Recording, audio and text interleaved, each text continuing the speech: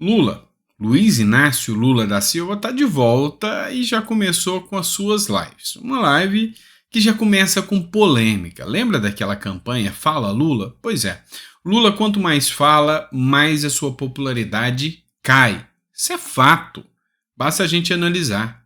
E aí é onde a gente vai pedir para vocês tomarem um pouco mais de cuidado, ter um pouco mais de credibilidade nos locais onde vocês consomem informação. Hoje eu fiquei assustado, eu tenho uma amiga que me mandou um link de um vídeo de um canal do YouTube que não cabe aqui citar, onde o cara falava que a situação da saúde do Lula está gravíssima e acabou para o Lula e que Alckmin já prepara para assumir. Tá, isso aí não tem fundamento e não tem base nos fatos que são apresentados. Então a gente tem que tomar muito cuidado, tá? Então a gente tem que analisar, de fato, o que está acontecendo de acordo com informações precisas.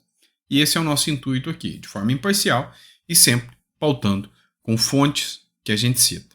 Pois é, mas falando de Lula ainda, Lula voltou, tá de volta, começou a falar. E aí não poderia ficar sem, né? Lula resolve dar um pitaco sobre o caso da guerra de Israel.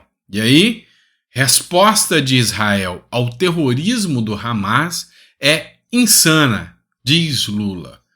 Vamos lá, matéria do Poder 360, ao lado da Janja, né? O presidente Luiz Inácio Lula da Silva, PT, comentou nesta sexta-feira sobre a guerra entre Israel e o Hamas, durante eventos de 20 anos do Bolsa Família. Esse mesmo Bolsa Família que tirou um monte de brasileiros há pouco tempo, enquanto aumenta as propagandas do governo, no Ministério do Desenvolvimento Social. Ao vivo, por videoconferência, segundo o petista, a ocasião fez lembrar das crianças que já morreram na faixa de Gaza, desde o início da guerra, em 7 de outubro. Ele classificou o ataque do Hamas como um ato de loucura e de terrorismo, pelo menos isso. E a resposta israelense, segundo ele, como insana. Abre aspas para a fala do petista. E hoje, quando o programa Bolsa Família completa 20 anos, eu fico lembrando de 1.500 crianças que já morreram na faixa de Gaza. Crianças que não pediram que o Hamas fizesse aquele ato de loucura que fez de terrorismo, atacando Israel. Mas também não pediram para Israel reagisse de forma insana e matasse eles, afirmou. No vídeo, o presidente estava sentado em um sofá ao lado da primeira-dama. Vamos reestabelecer a verdade aqui? Vamos reestabelecer?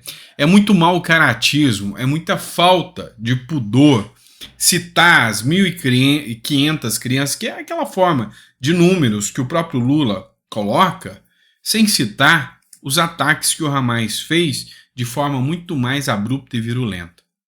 Eu estava assistindo um editorial do Pondé há poucos dias atrás, onde o Pondé falou, essas pessoas que criticam a reação de Israel, queria que Israel fizesse o quê?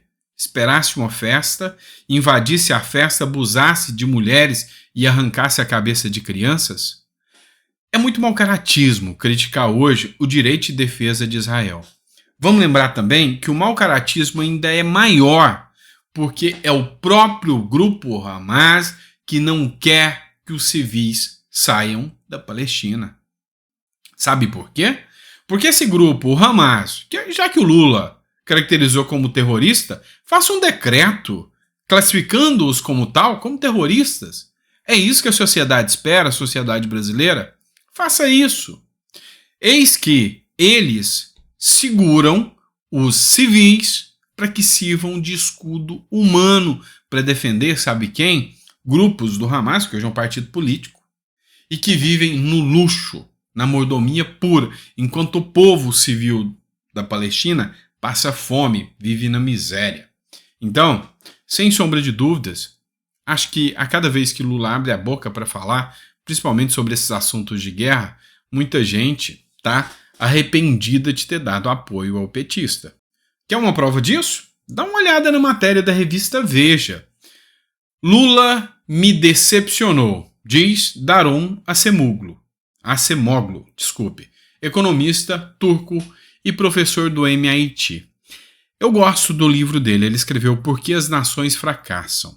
E o livro dele é bom, tá? E o economista turco Daron Acemoglu, ele é professor do renomado Instituto de Tecnologia de Massachusetts, o MIT, e ele é coautor do best-seller Por que as Nações Fracassam. Ele não sabia que esse livro era dele, tá? Mas eu já li o livro, achei muito bom. E se tornou, nos últimos anos, uma das vozes mais inclusivas contra a desigualdade social. Mas para ele, Lula não merece os votos que teve. Para ele, Lula só decepcionou todos aqueles que acreditavam que Lula faria algo pelo amor. O amor voltou, é pela paz, é pela democracia, só que não é bem assim. Então, mais um que fez o L e está arrependido. Agora teve outro aqui que não fez o L, mas esse está batendo de frente. Matéria do Valor Econômico, que trata sobre Campos Neto, presidente do Banco Central.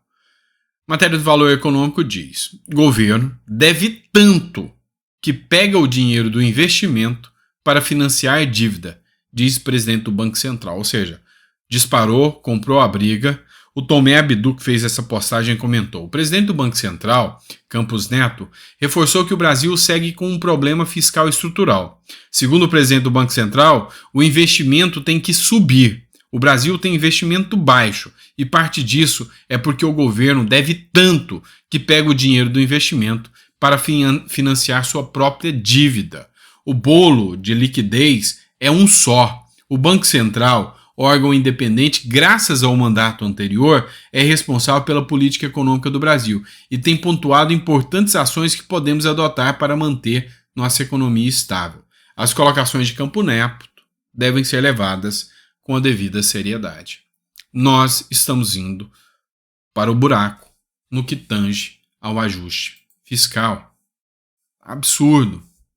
Outra matéria para a gente tratar agora, matéria do Hora Brasília. Está em vários sites. Procuradoria-Geral da República, a PGR, rejeita investigação sobre relógio de Lula, alegando ser um presente oficial. Alvo de muitas críticas, esse argumento da PGR aqui, que no mesmo dia, absurdamente, pede que todos que doaram Pix para Bolsonaro sejam identificados. Mas olha só, vamos relembrar os fatos para você entender. O Lula, enquanto ainda era presidente,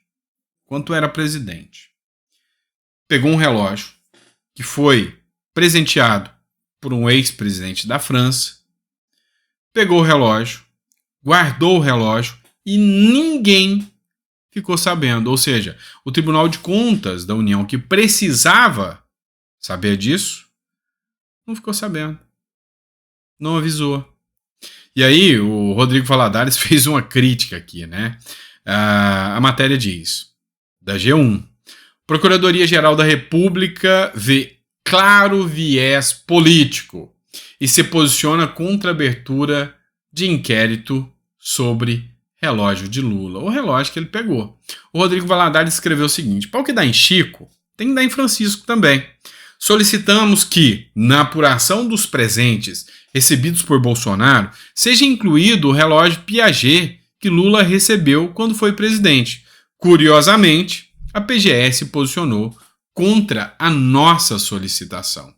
Se desejam investigar as joias recebidas por Bolsonaro, também devem investigar Lula, por ter recebido um relógio da marca Piaget avaliado em 80 mil. A justiça deve ser imparcial, isenta e com considerações partidárias ou ideológicas. Isenta de considerações partidárias ou ideológicas.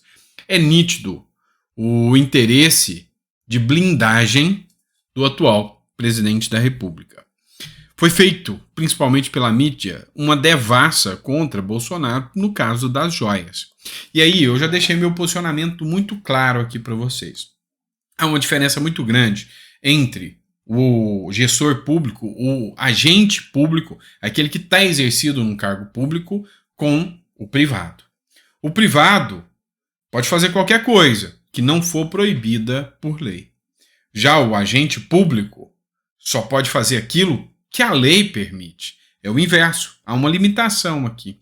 E aí, a lei não pode ser dúbia para dar a entender que um agente público pode ou não fazer uma coisa. Então, eu vou ser sincero com vocês. No caso das joias, tanto de Lula quanto de Bolsonaro, eu julgo imoral. Imoral. Ilegal. A lei tem que ser muito bem estabelecida. Eu tenho uma visão. Qualquer presente, mas qualquer presente de presidente da República, de prefeito, de governador, de deputado, seja quem for, tem que ter um teto. Tipo, R$400, R$500 é o máximo. Se o presente tem até esse valor, é lícito. Passou desse valor, obrigatoriamente é presente da União, do Estado, do município, do Parlamento, da Câmara. É assim que tem que ser. Porque é simples. Não faz jus, não faz sentido, de forma alguma, alguém receber um presente pelo cargo público ocupado. Eu já falei, já tratei disso aqui com vocês muitas vezes. Então, na minha visão, se investiga Bolsonaro, Lula tem que ser investigado. Se não investiga Lula, Bolsonaro também não pode ser condenado. Ou é 2 pesos e 2 medidas, justiça seletiva. Aí não dá pra ser, tá? Tem que ter uma moral que ou condena os dois, ou inocenta os dois. Essa é a minha visão. Então, a ideia é, faça uma lei séria que não caiba aso para interpretação. Vamos falar de Rede Globo, segurança pública, o que está sacudindo o governo Lula, a falta de segurança pública. Repórter da Rede Globo, foi o MBL que publicou esse trecho aqui da matéria. Uma repórter da Rede Globo é roubada ao vivo em São Paulo. Dá uma olhada nisso aqui. Estava perdendo tempo, a gente vê que o ônibus está bastante vazio, daria pra gente provavelmente fazer uma viagem um pouquinho mais... Isso, caiu o telefone? Acho que caiu o telefone da Bia. Imaginamos que seja só isso, né? Pois é, imagina que deve ser só isso, caiu o telefone. Caiu na mão de um marginal, caiu na mão de um vagabundo, ladrão de celular, caiu na mão de alguém que rouba celular, que tem gente que passa a mão na cabeça falando que esse tipo de gente é vítima da sociedade. E não é bem assim. É ladrão vagabundo de celular. Quem rouba celular não é nada mais, nada menos do que isso. Não dá para acreditar nesse discurso de vítima da sociedade. Isso é absurdo, isso é insano. E aí? É um caso público e notório que aconteceu com a própria Globo.